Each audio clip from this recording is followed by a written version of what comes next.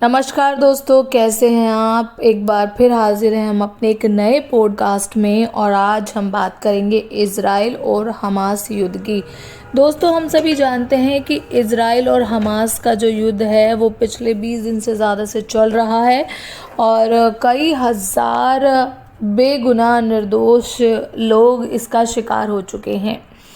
दोस्तों, इज़राइल ने युद्ध की शुरुआत में ही कहा था कि हमास का नामो निशान मिटा देगा और हमास के खिलाफ इज़राइल ने अब गाज़ा में युद्ध के दूसरे चरण का भी ऐलान कर दिया है।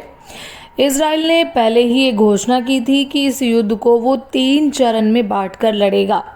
पहले चरण में युद्ध की कमान इजराइल की वायुसेना ने संभाली थी और गाज़ा में हमास के करीब 30,000 ठिकानों को मिट्टी में मिला दिया।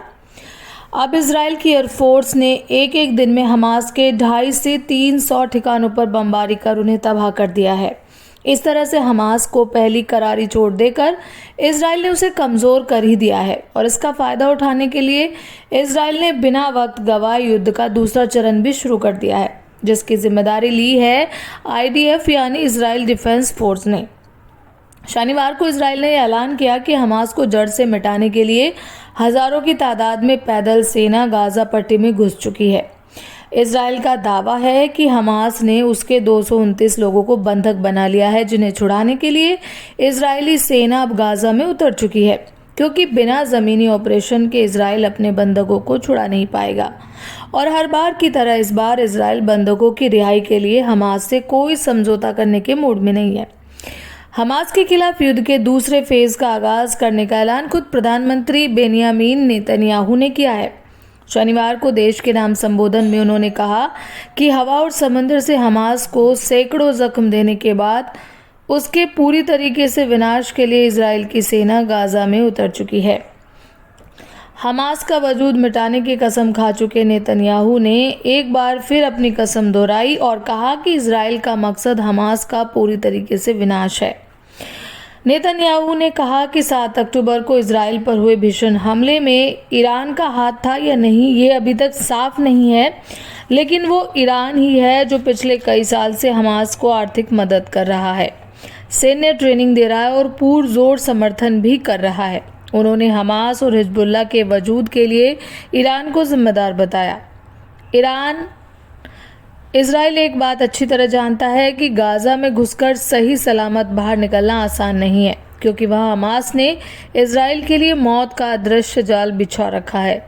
खंडर हो चुकी इमारतों से लेकर ज़मीन के नीचे बिछी सुरंगों तक और गाज़ा की गलियों से लेकर चौड़ी सड़कों तक बारूदी सुरंगें बिछा दी गई हैं। इसके अलावा हमास के आतंकी अपने अपने ठिकानों में छिपकर इजरायली सेना के आने का इंतजार कर रहे हैं, ताकि मौका मिलते ही उन पर हमला बोला जा सके। इसलिए इजरायली सेना गाज़ा में बहुत धीरे धीरे आगे बढ़ रही है और फूंक फूंक कर कदम रख रही है। इधर गाज़ा में इजरायली सेना के घुसते ही हमास बौखला उठा है।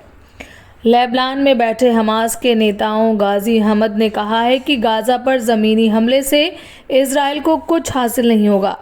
गाजी हमद ने इजराइल को चेतावनी देते हुए कहा है कि गाज़ा पर कब्जे से इजराइल को बड़ा नुकसान होगा।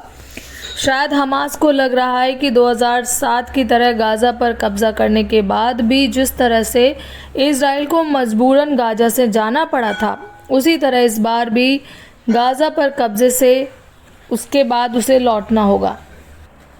लेकिन इजराइल ने साफ कर दिया है कि इस बार उसका इरादा गाज़ा पर कब्जा करना नहीं, बल्कि गाज़ा से हमास का नामो निशान मिटा देना है, जिसके लिए इजराइल ने पक्का इरादा बनाकर गाज़ा में ज़मीनी जंग शुरू कर दी है। तो इस जंग का क्या रिजल्ट निकलेगा, ये आने वाले वक्त में तय होगा। लेकिन इस जंग में जिस तरीके के हालात बन रहे हैं वो बेहद डरावने भयावह हैं। लेकिन इजराइल ने साफ कर दिया है कि जिस तरीके से हमास ने 7 अक्टूबर को इजराइल पर हमला किया, उनके निर्दोष नागरिकों को बंधक बनाया, ऐसे में अब बदला तो बनता है। तो आपका क्या कहना है इस पूरे मसले पर? इजराइल जो कर रहा है वो एक प्रतिक्रिया है या फिर हमास ने जिस तरीके से इस हमले की पहल करी वो उसने अपने अधिकारों के लिए किया? आप क्या सोचते हैं? प्लीज़ कमेंट करके ज़रूर बताएं।